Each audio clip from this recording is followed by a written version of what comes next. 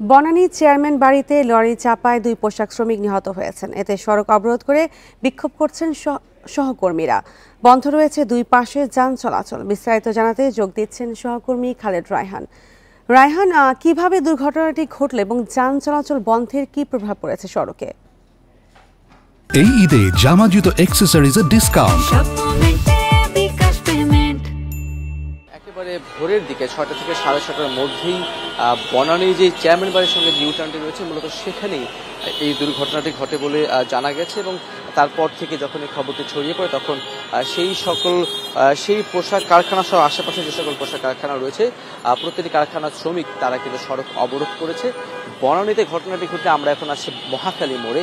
এই পর্যন্ত তারা কিন্তু কিছুক্ষণ আগে চলে এসেছিল এবং পুরোটি সড়ক তারা কিন্তু বন্ধ করে রেখেছিল। এখন মহাখালীর যে মোড়টি রয়েছে আমতলী মোড়, এই আমতলী মোড়টি ছেড়ে দেওয়ার কারণে কিন্তু এখন এইখানের বলা যায় যে যানজট কিছুটা কমেছে এবং ভোগান্তি কিছুটা কিন্তু যে ভোগান্তি ছিল সেটি কিন্তু চরমে রয়েছে। নিশ্চয়ই দেখতে পাচ্ছেন যে শত শত মানুষ, একেবারে অফিস টাইম শত শত মানুষ তারা কিন্তু হেঁটে আসছে এবং এই যে বনানী থেকে মহাখালী আসার এই যে সড়কটি, পুরো সড়কটি কিন্তু বন্ধ করে রাখা হয়েছে। এবং শুধু তাই নয়, এরই সঙ্গে আমরা জানতে পেরেছি যে এলিভেটেড এক্সপ্রেসওয়ের যে সড়কটি রয়েছে সেটিও কিন্তু বন্ধ করে রেখেছে। তার মানে এলিভেটেড এক্সপ্রেসওয়ে থেকে উঠতে এবং নামতে পারছে না। একই সঙ্গে এই যে আমতলী মোড়টি রয়েছে, এই আমতলী মোড়ে শুধুমাত্র কিছুক্ষণ আগে ট্রাফিক পুলিশকে আমরা দেখেছি তারা অনুরোধ করে শুধুমাত্র একটি সড়কে চলাচলের জন্য, কিন্তু যানবাহন চলাচলের জন্য তারা অনুরোধ করার কারণে তারা এই জায়গাটি থেকে সরে সামনের যে মোড় সেখানে তারা অবস্থান করছে। এবং এই যে আমতলী মোড় থেকে সবাই কিন্তু অনেকেই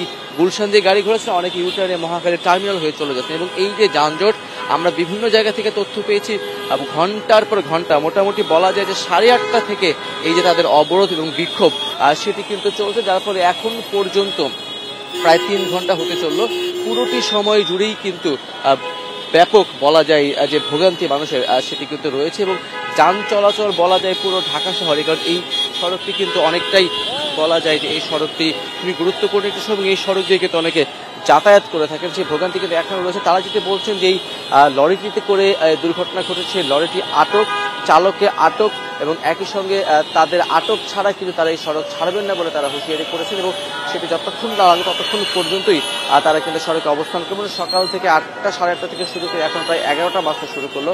এই 3 ঘন্টা ধরেই কিন্তু বলা যায় যে চরম ভোগান্তিতে নগরবাসী পড়েছেন। বনানী থেকে জানাচ্ছিলেন সহকর্মী খালেদ রায়হান।